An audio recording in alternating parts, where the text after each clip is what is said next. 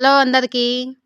Fever వచ్చినప్పుడు ఏమి తినాలనిపించదు, నీరసంగా ఉంటుంది కాబట్టి ఇలా వేడివేడిగా మిరియాల రసం చేసుకొని తింటే ఒక మెడిసిన్ లాగా పనిచేస్తుంది. మిరియాల రసం సింపుల్గా టేస్టీగా చేద్దామా? అన్నీ రెడీగా చేసి ఉంచితే 5 నిమిషాల్లో రెడీ అయిపోతుంది మిరియాల రసం. ప్యాన్లో ఆయిల్, పోపు గింజలు, ఎండుమిర్చి, కొత్తిమీర వేసి కలుపుకోవాలి. ముందుగా కట్ చేసి పెట్టుకున్న ఆనియన్స్, కొద్దిగా పసుపు, సరిపడినంత సాల్ట్ వేసి కలుపుకోవాలి.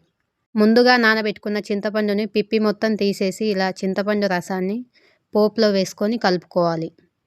పులుపుకు తగ్గట్టు ముందుగా రెడీ చేసుకున్న మిరియాల పొడిని వేసుకోవాలి.